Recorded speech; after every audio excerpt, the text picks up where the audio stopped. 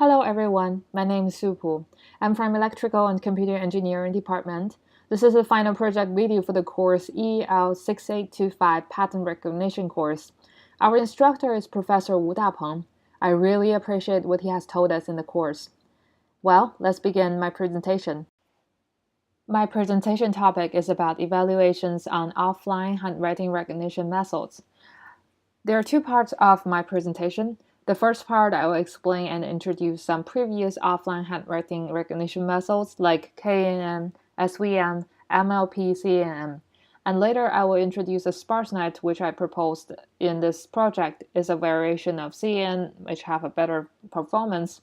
The second part, I will show you the code, how I modify the code, and the result. There are actually two kinds of handwriting recognition system, the online and offline.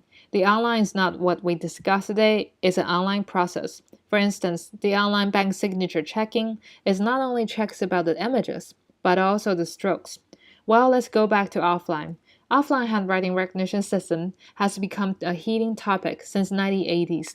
The data source is mostly images, and it's helped people to understand the meaning of historical handwriting papers or forensic handwriting papers and so forth. KN is a short of K nearest neighbor. This is very easy and straightforward method. It contains 4 steps. First, map all points to high dimension space. In the picture, it is 2D space. And then calculate the distances from all points to X and sort the distances. After sort the distances, take out the K nearest points. Finally, the majority of the K points is taken as a class of X. There are also many distance functions, like Euclidean, Manhattan.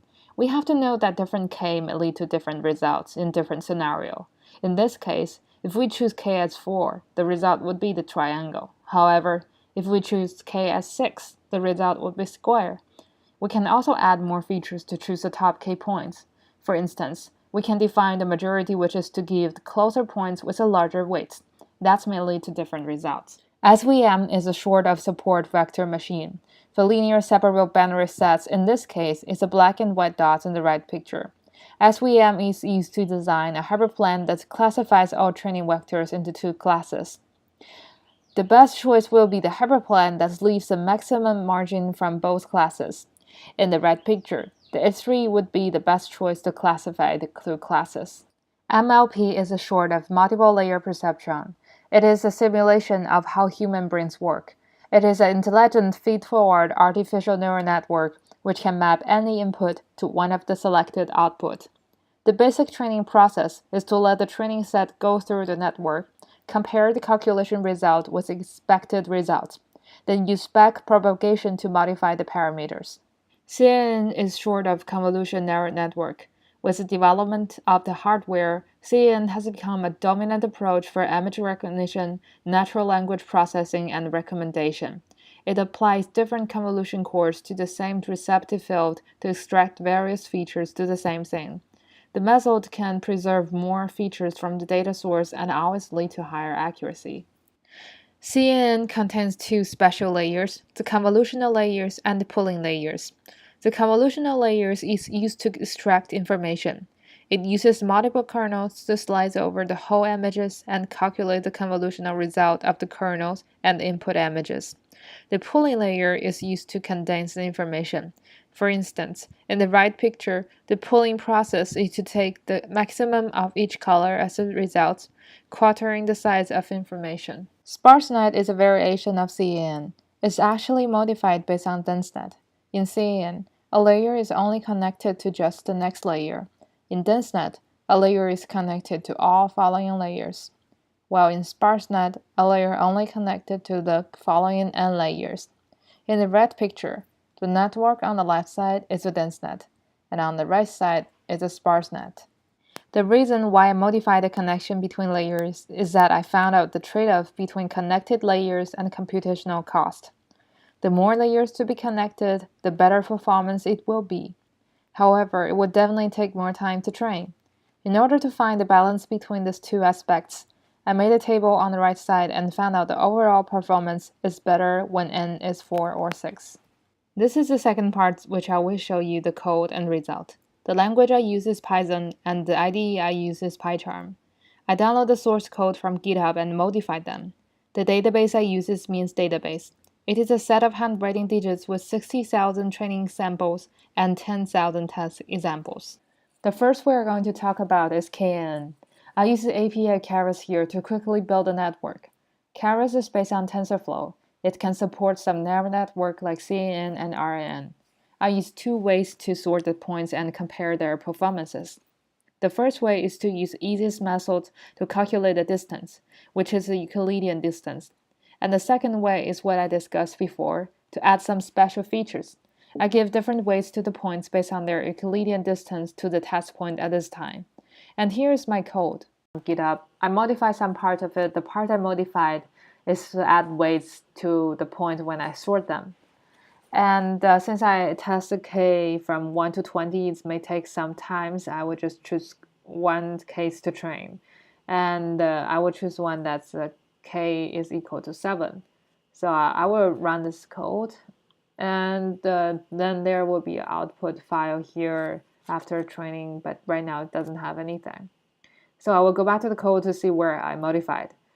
And for this part, the votes is actually an array that's record that record the different neighbors, that who comes first, who is the closest. And the green code is the green comment code is the previous code I downloaded from GitHub that doesn't add weight to it. So this part is where I modified to add weights to it. The way I add weights is not like the common way that's usually multiply the weights value, but I use this easier version. So I know that for different rank, if the rank is 1, that means it's the closest to the test points. So here I use this way. That's if the I means the rank. So I use the length of the neighbors to minus I, minus the rank. So for the one that's closest to the test point, this may get the biggest result. So I will iteration for that times, and I will put that point to the votes. So for this result, I will put more times of this. So the votes will have more of this value, and then it will stand out. It's like add weights to that point. So it's similar to we multiply some weights value, and it's easier to understand, and the performance is actually similar to way we add weights, but maybe we can test on the parameters and get a better results. But I will just show you that add weights is definitely gonna to have better performance. So that's all I want to show, and there's an output file we can see. So this is the 7 neighbors scenario, and the test error rate is 0.07, and yeah, that's all I want to show. Now let's go back to see the result. There is 2 graphs on the right side. The graph A uses Euclidean distance to sort the points. The second graph is the result after added different weights to the points. The x-axis is the k we choose, and the y-axis is the test error rates. As we can see, the average performance after we add the weights to different points is better than the one we add nothing. The best performance of the pure Euclidean way is 8.33, and the add weights one is 7. The training of SVM takes a lot of time, and I didn't run that program myself. According to the reader file, it took 3,687.2 minutes to train on single core. The test error rate is 1.84% when C is equal to 5 and gamma is equal to 0.05. The C is a parameter which tells SVM optimization how much you want to avoid misclassifying each example. The gamma parameter defines how far the influence of a single training example reaches, with low values meaning far and high values meaning close. The achievement of SVM accompanies great efforts of parameter tuning, with great cost of computational resources. I downloaded the MLP code from GitHub. The MLP is a simple 3-layer structure. It can get 1.73% test error rate in 44 seconds by Keras. In the red images, the x-axis is training epochs and y-axis is the test accuracy. The blue line is the result of 200 neurons network, and the red line is the 100 neuron network. As we can see from the graph, more neurons will improve the performance. The CNN is also the code I downloaded from GitHub. Within 20 epochs, the accuracy increases from 97.49% to 99.13%, making a test error rate of 0.83%. The right graph shows the result of training epochs with the test accuracy and the training time. The more epochs we train, the more accuracy the result is. Here comes the structure of the sparse net. The right picture shows the structure of it. There are 2 blocks in the network. In each block, there are 4 stages with a growth of 8 and connectivity of 3. The connectivity means each layer is connected to 3 layers following it. The P here is the pooling layer, and after the 2 blocks, the result will go through 2 fully connected neural networks. This part is similar to CAN. SparseNet is a less weight variation of DenseNet and achieves better results than conventional CAN. I modified the CAN code I downloaded from GitHub and to create the SparseNet. Here is the gray common code is the CAN standard neural network, and okay, what's that again? I modified the code I downloaded from GitHub I modified the CAN neural network code I downloaded from GitHub to create the SparseNet. And as we can see, the gray common code is the standard CAN neural network and how it's built. And below is a SparseNet I built. So there is 2 blocks, as we said in the previous slides, that this block 1 and block 2. And since we have so many combination of different layers result, and this is how we realize that, like the stage 1 is the convolution result from the input, and then we just combine the input and the stage 1 is the result, the first layer result, and then we use this as a new input for the second layer calculation. So it's go by this, and there is 4 layers, and then we got the results.